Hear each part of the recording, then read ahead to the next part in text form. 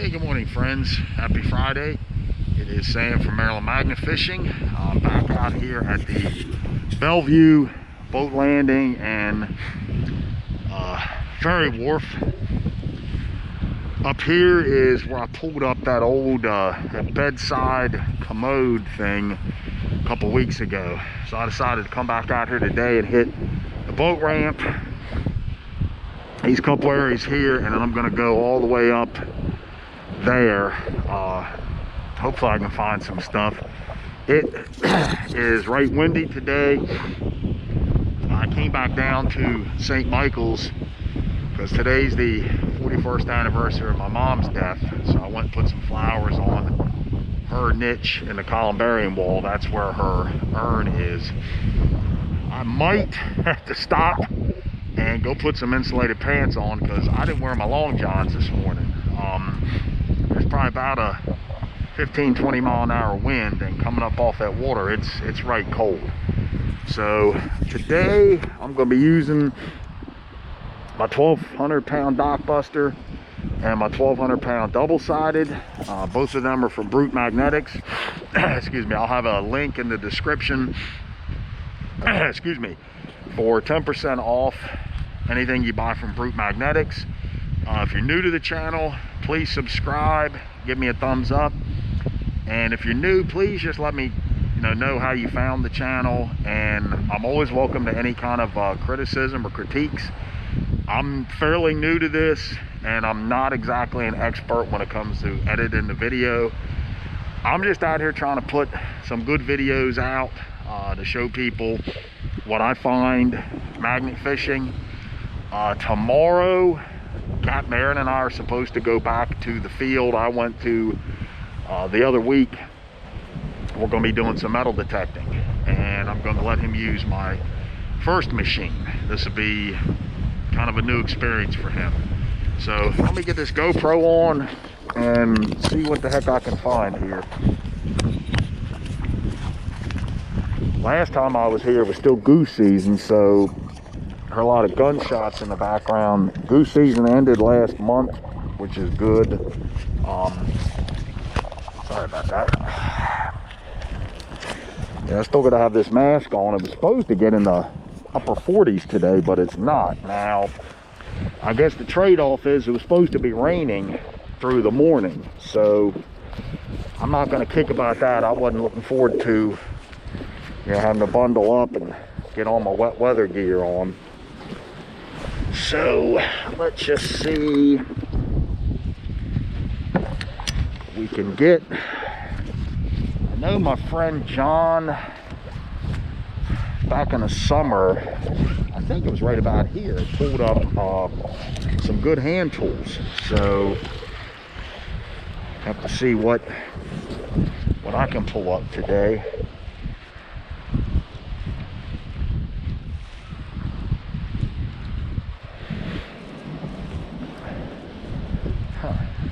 If I locked on something, that's a problem. I'm pretty sure you can hear all those waves. It's pretty darn noisy with those waves that it's gonna be hard to hear if I click anything. You can see how the water just beads right off the surface of this magnet. That's from that fluid film that I use.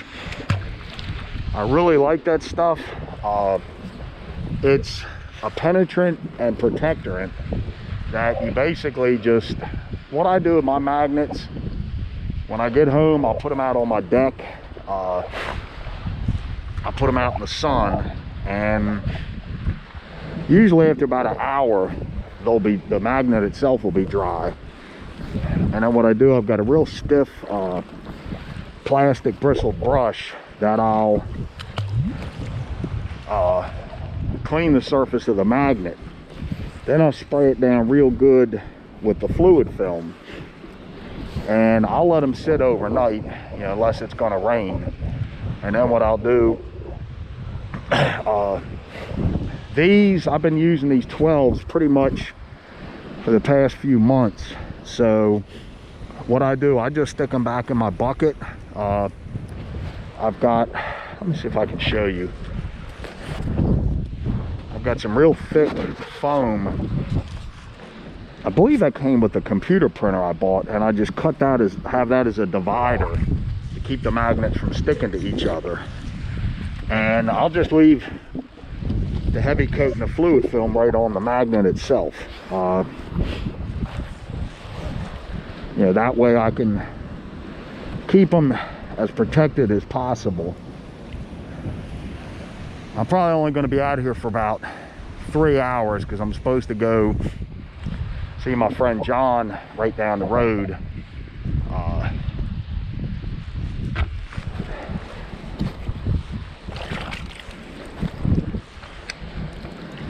Let's see, got a nail. That's an aluminum nail almost.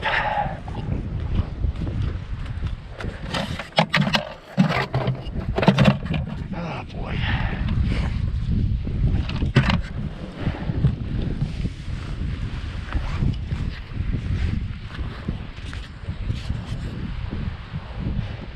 There's only 2 work boats are in. That one over there has got, looks like it's got rot up by the bow.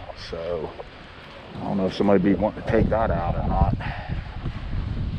But I don't know if you saw in the intro of this, I have my little self-inflating life vest on because there's 2 vehicles here and I don't see a soul around.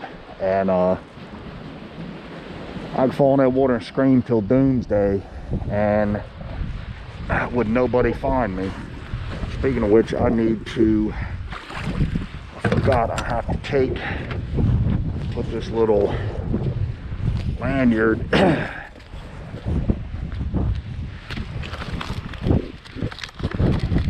cell phone. Yeah, this is from Rogue Fishing. I bought this last year. It's nice to have, even though I have a shoot, it's broke. I have a waterproof case on my iPhone. I still don't want to take the chance of it falling overboard because I would almost, it's a life-proof case I have. I'd almost be willing to bet that the magnet would destroy, it would wipe the phone. It would ruin it. So I'm not going to take any chances. It's not worth it. This little thing was fairly inexpensive, and again, I'm just rather be safe than sorry. Now I don't wear it when I go out metal detecting because metal detecting I'm out in the middle of a field.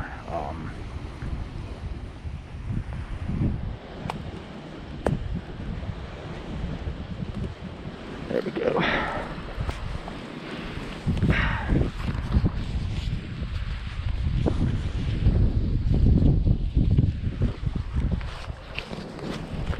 Yeah, when I was down here in the summer with my friend John, I didn't have this new GoPro, so I never videoed anything.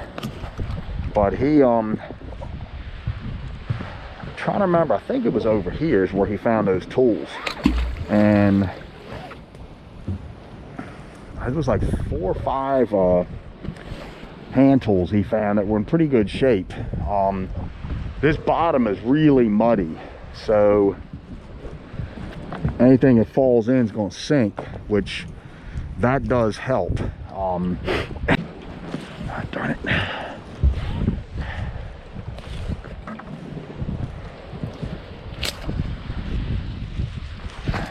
Damn it, the hell. Oh shit, I don't believe I did that. Ah, damn. Oh shit. Well, don't do one of these anymore today. Shit. Well, that, boys and girls, is why you always pay attention to where your rope is. Because now, these are insulated. It'll be a month before these things dry out. Damn it. Well,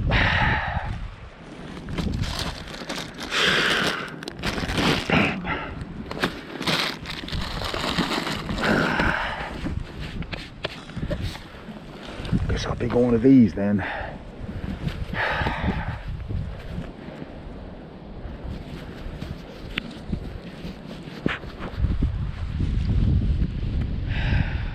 Stupid of me.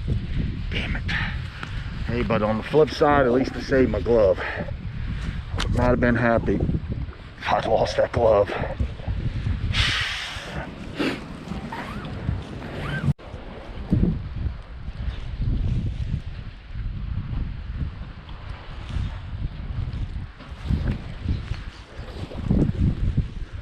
Whoa, what the heck is this?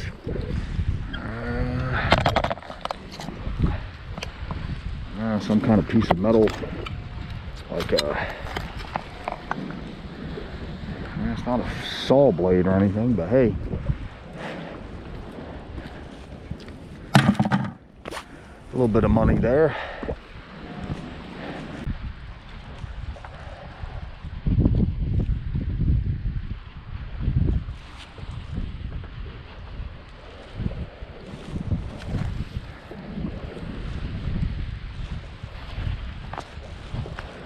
Yeah, that ferry landing was where I accidentally got this 1,200-pound dockside stuck on the metal ramp. And by stuck, I mean that bad boy was stuck but good.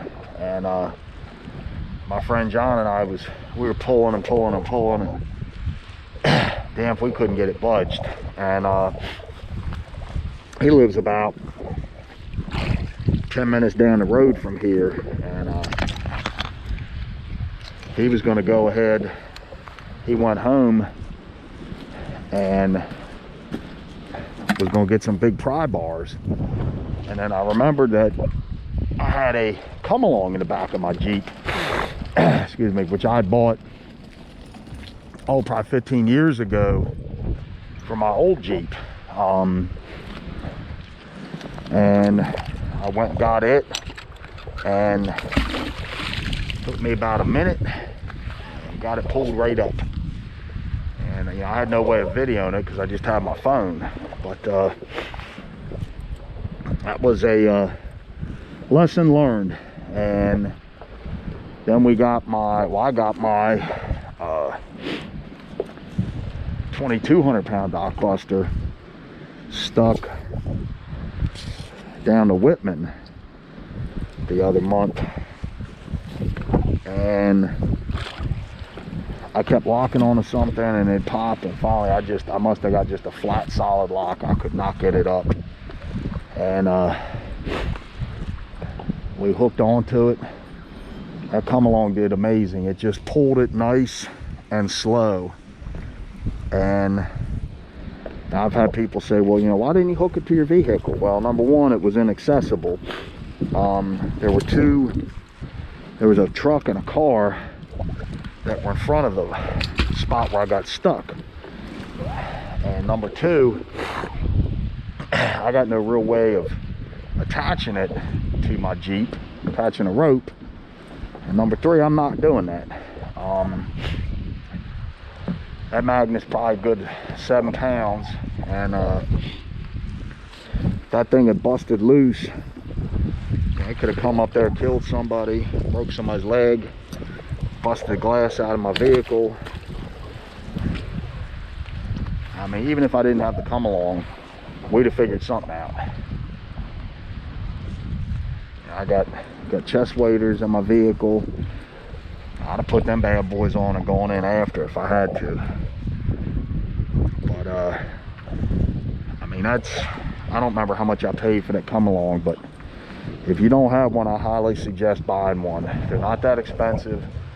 I carry mine in a military surplus parachute bag,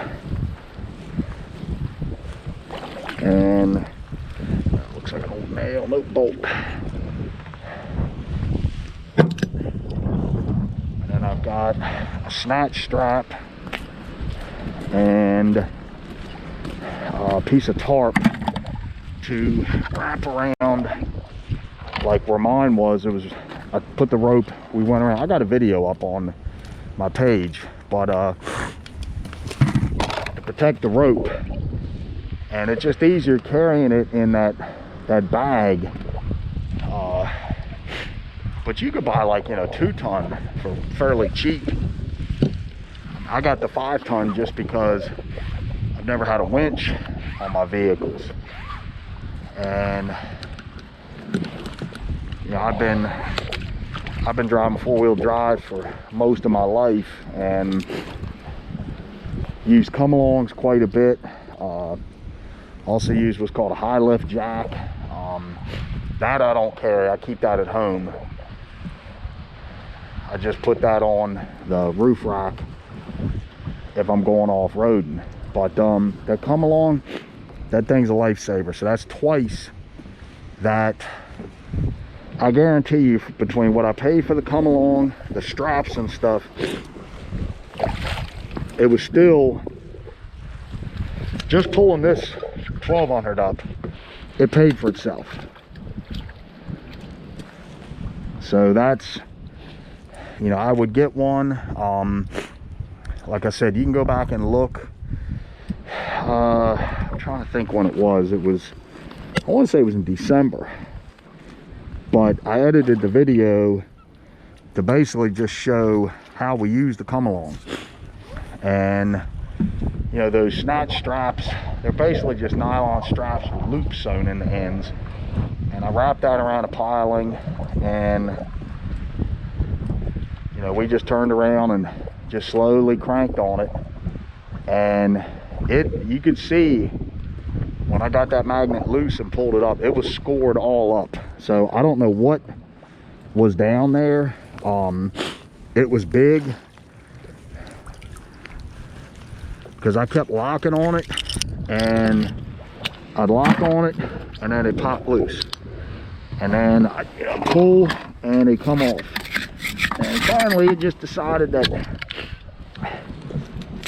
it didn't want to give up.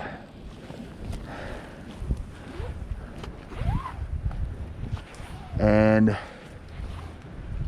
all these magnets, except for my double rig, I bought back when I had a job. So I've been unemployed, excuse me for my nose. I've been unemployed since September 11th of 2020. So I'm not about to just say hell with it and leave, you know, give up on a magnet.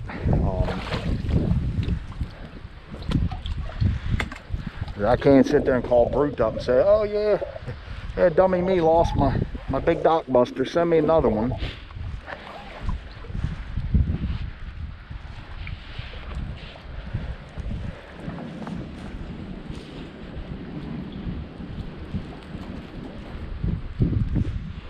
But it's funny, all the years I lived over here, I honestly don't think, except maybe when I was a little bitty kid, never took the ferry across to Oxford, because you can see where my fingers point, there's kind of like that beige building. That's, I do believe that's the, yeah, that's the Robert Morris Inn, and that place is supposedly haunted as all get out.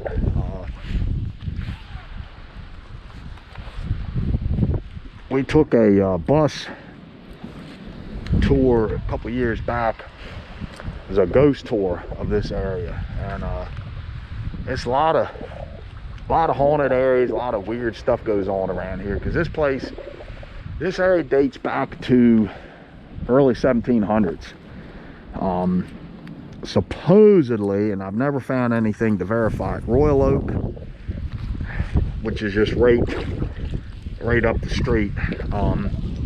Royal Oak allegedly got its name because during the War of 1812, there were some British troops that were here, and the local militia was closing in on them, and they had a cache of gold for the payroll.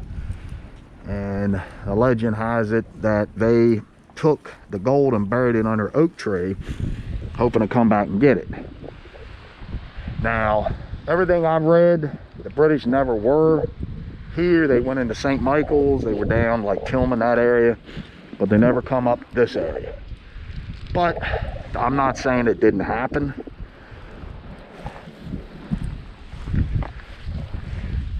Because the town of St. Michael's, they call it the town that fooled the British, because the story we were always told as kids was that when the British were going to invade, the townspeople put lanterns, hung them up in the trees, because this area is only a couple foot above sea level.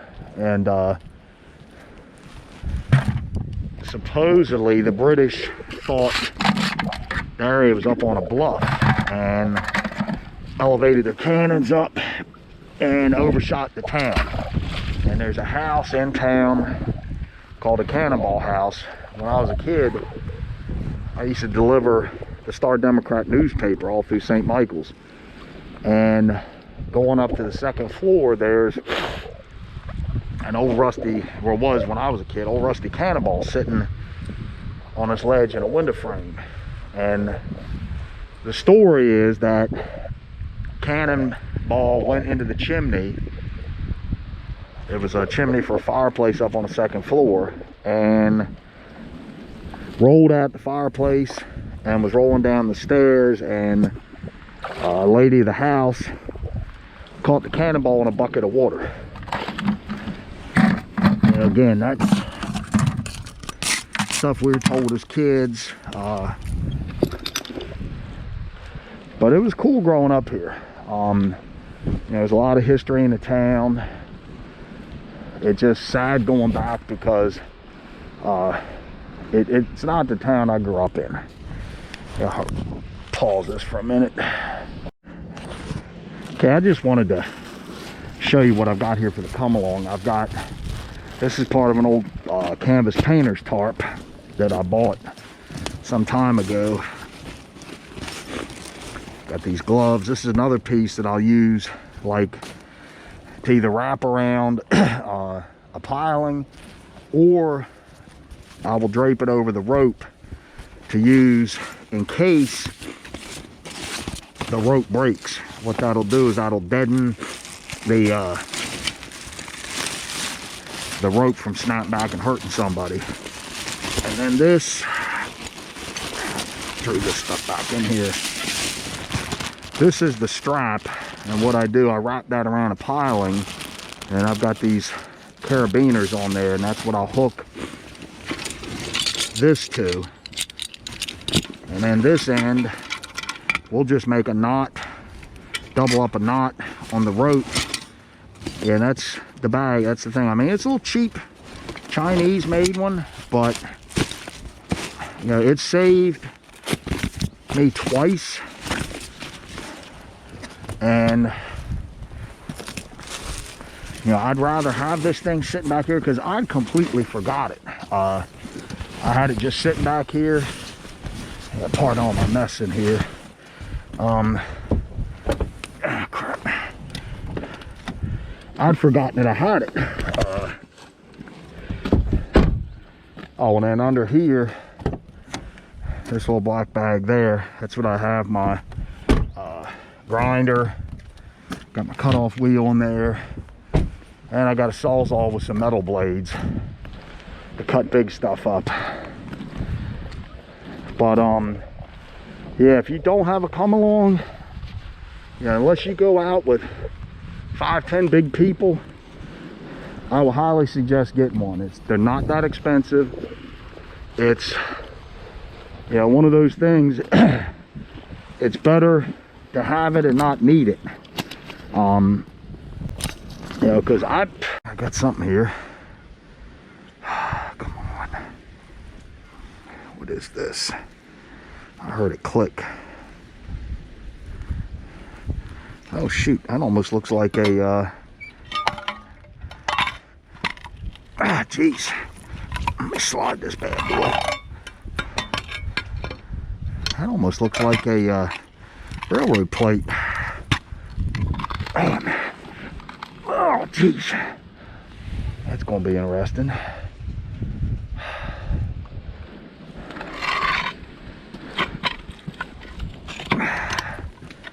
Well, it locked on that bad boy good.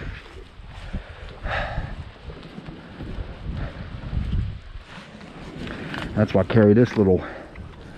I almost tempted to get a little rubber mallet, but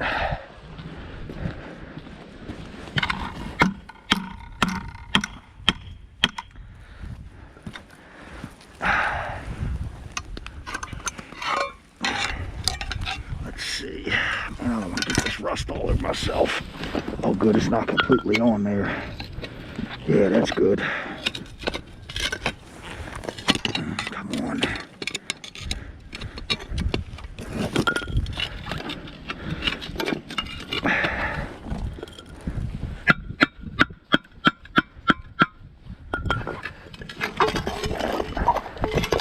Come on. I'll not get my hands between this. There. Yeah, I do not feel like getting my hands pinched in this bad boy. That's a nice piece of metal there. That's got some weight to it. I want to look at this knife real quick. Nah, that was just a handle. Shoot. I was kind of hoping that was a pocket knife part, but whew. There you go. There's a little tip on how to extricate your magnet off of something flat. As Sean Connery said in The Untouchables, thus endeth the lesson. I got something here, damn.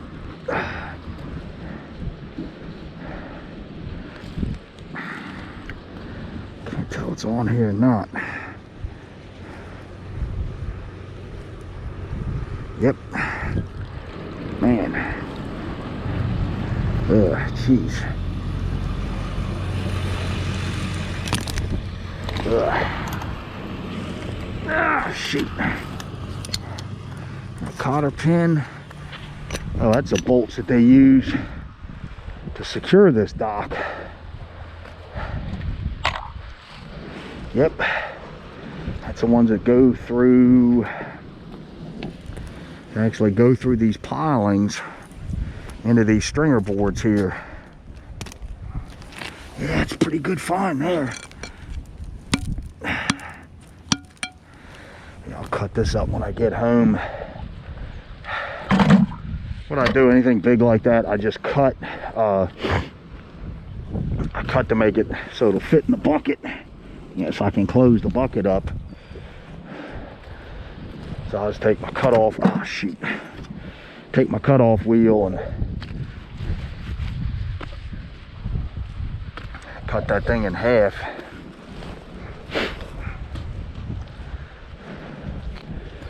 Yeah, so that's uh-oh. That's probably not gonna be worth anything. I have no clue what this is. Oh, it's probably wire strippers. Yeah. Yeah, they're no good, I bet. Let me see. I doubt it. I don't need anything like this. I got some at home. Yeah, they're probably gonna bust up. Hey, more scrap weight. But I found there's a lake near us that's freshwater, and I pulled up a good pair of scissors, a pair of needle nose that I keep on my tool bucket, nail them onto the cross ties. Uh-oh. Another nasty thing. I don't know what that is, but I'll take it. But yeah, I think they nail these plates onto the cross ties, and then they hammer the spikes in to keep the actual tracks hammered down. Because we found 64 spikes, we found a boatload of bolts, and then that really cool 8-pound sledgehammer head that still had a nub of wood left on it where it broke. So I've, in the process of cleaning that up, I got something I'm gonna do with that and that wood that I got from my friend. I think there's a bunch of rocks down here or something.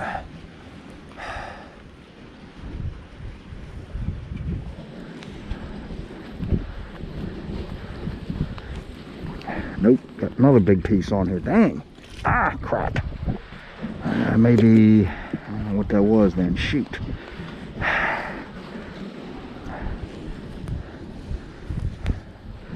I think that just might have been a hose, and I had a piece of the fitting because it didn't feel too heavy.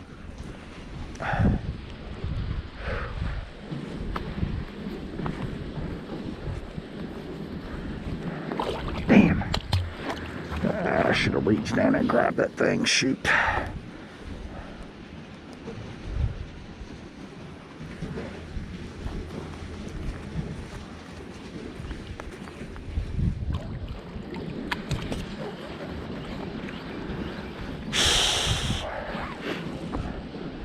I guess the weatherman was right. The sun is coming out good.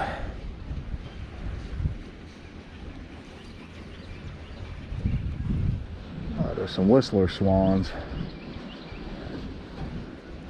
When I was a boy growing up, after my mom died, I moved in with my grandparents.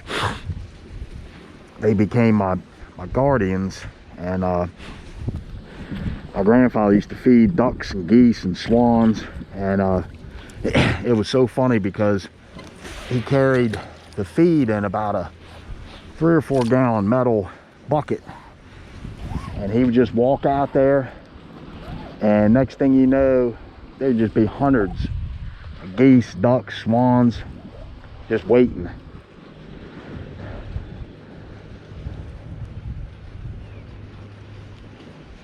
And if he wasn't available, I'd have to make sure I wore the same coat that he did so they would recognize it, because he was big man, and he always had a flat top haircut, so I'd have to put his coat on.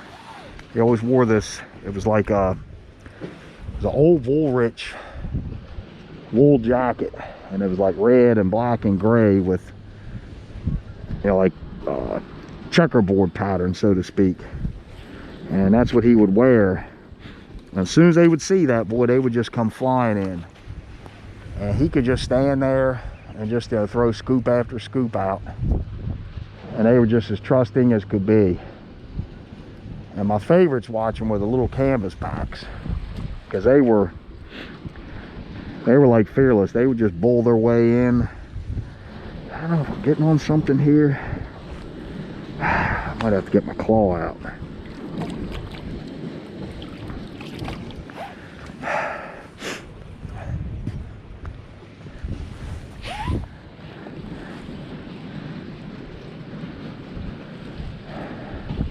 That's on something. Come